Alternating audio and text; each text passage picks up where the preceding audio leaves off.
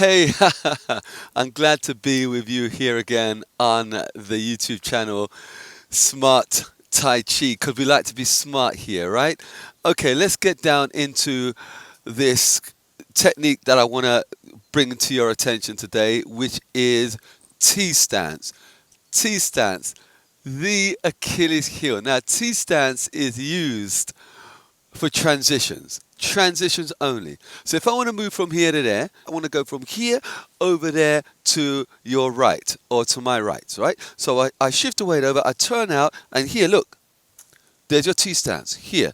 Now, the T stance, like with Tai Chi, a lot of Tai Chi techniques, it may seem, hey, I'm just going to stand and step and move and go over here and it ain't a problem. But here's the thing. You got to deploy your Jing when you do this. Jing. What Jing means? Jing is part of the three treasures, right? So you've got Jing. You've got Jing, Qi, Shen. Jing, Qi, Shen. So Jing is your essence, is your body, is your DNA. And Qi is your energy. And Shen is your spirit, right? But right now, I'm going to be concentrating on Jing. And what does Jing have to do with your T stance? Because you've got to be using the quads. You're going to be using these muscles here. Everyone always looks at Tai Chi as being spiritual, right? And yes, it is very much a spiritual energy, spiritual discipline. But what people tend to forget, it's very much an athletic discipline as well. We develop your body, the essence of your physical being. So here's the thing.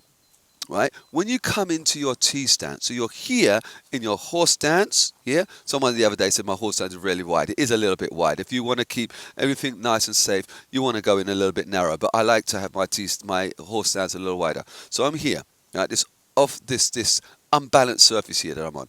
So I want to I want to transition over to there, right? I want to transition over to there. So what I'm going to do, I'm going to step in here into my T stance, right? Now, when I come into my T stance here, my left leg is crouched. The left leg is crouched. Because what tends to happen is that people come into their T stance and they straighten that supporting leg. Don't straighten the supporting leg, because if you straighten the supporting leg, think about a horse. When a horse goes to sleep, the legs are straight. They lock their legs and they sleep standing up, right? The horse, you're using no muscle on the leg because they lock the leg out. But you don't. That's an equivalent to what you do when you come into your T stance. When you come into your T stance, you're locking out that leg. Don't lock the leg out. Your leg's it's got to be crouched. Now it isn't easy because people just fall into the human way of doing things. They just want to come over here, and the leg just straightens out. But you need to come over and stay low. Look at my shoulders. I'm here. Both knees bent in my horse stance, right? Both knees are bent in the horse stance. So I'll come over here. Let me just come forward a little bit so you can see what I'm doing a little bit more better. So I'll come over here. Knees are soft. And then I'll come over here. There. See, the shoulders hardly move up. There. Because you're already down in your horse stance, right? So you don't want to go into your T stance and come up like so, right? Watch it again. In your horse stance, knees soft, and come up. Now, where do I see this mainly? In Beijing 24, the form. Beijing 24, the form, we see it often in the last few parts of Beijing 24, which is your fan through back, deflect, parry and punch. Fan through back, deflect, parry and punch. So, your fan through back, right? Here.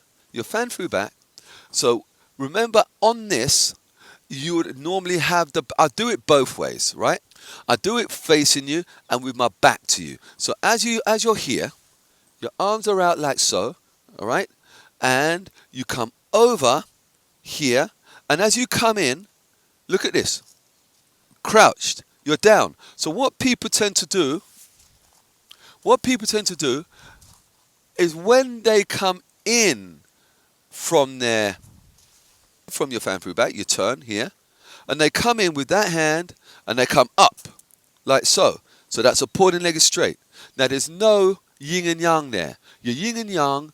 So when you step out, you've got no yin and yang. You just got your yang, no yin. You're going to come out, and that leg goes down heavy, right? It goes down solidly heavy. And your wrist hurting your leg, hurting your knee, hurting your foot, hurting your toe, everything down there. So you've got to come down with a soft. So you can only come down with soft if the leg is already bent. Now, in every sport, you have the knees bent. In every sport. When you see a sport with straight legs, unless you're doing Irish dancing, right? It's always soft. If you're going to jump, you're going to do a long jump, going to do a high jump, going to track and field, your legs are always bent before you do anything. Whether you're doing shot put, javelin, any of those sports. The knees are always soft. All right? So we need to deploy that here in Tai Chi. Right? So Tai Chi, all Tai Chi does really is bring life to your attention. These things you've been doing since you were 2, 3, 4, 5, going up. But it brings it to your awareness.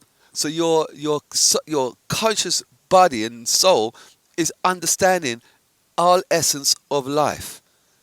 Yes? Okay. So let's go again. So you're here. You're here. You shift the weight over. You turn on the foot. Come back and crouch in order to come round and up. Now I'm going to show you this with my back to you because that's primarily how it's done. All right?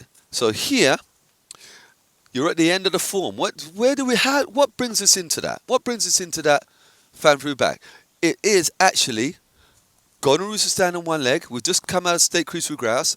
And then from there, you're going to golden rooster stand on one leg and put the foot down, knee left bottom of the C, fan through back, right? So we're here.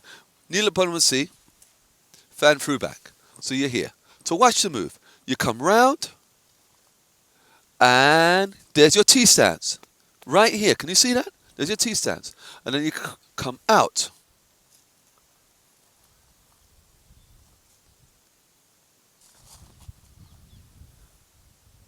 Yes? Here. And push. So all of that is done. All of that is done. And the key thing here, what we're talking about, the key thing here is that when you come round, your left leg is crouched. So when you step out with the right foot, here, you can come round a lot easier because you've got those soft knees. Those soft knees, all right? And that is your T stance. In effect, when you're doing fan through back, deflect, parry and punch, and going into your apparent closure. Right? So remember the crouch. But the best way to learn that, or the best way to practice it, I should say, is to stand in your horse stance here, right? And you just go from side to side. You come here, crouch, step out, and come the other side. Down, step out. That's it. It's like an old aerobic move, right? If you into, because you know I come from group exercise, right? Which is Jane Fonda, high energy, Taibo, Billy Blanks. I teach Taibo as well, right? So I come from that start, from that thing. And this is an aerobic move, yeah? An aerobic move. Bam, bam. But with the Tai Chi, these things, there's only so many bends and twists and turns a human body could do before it's been all done already. In ballet, gymnastics, whatever it may be, right? So it's just done differently in different forms, in different styles, different disciplines. So we're here. You come, your knees are soft, you come in, T stance. See, the knee is bent here. Knee is bent, knee is soft. And come out and do it again. Yes? And the same goes when you're doing your turn. And that will be for another video. I hope you took some good stuff away from this. And, oh yeah, by the way, I keep forgetting to tell you this. I have a course, an online course, £27 or $27, whichever, whether you're in the UK or in the US. The QR code, right? $27. Just put your phone up against a QR code and go straight to the course.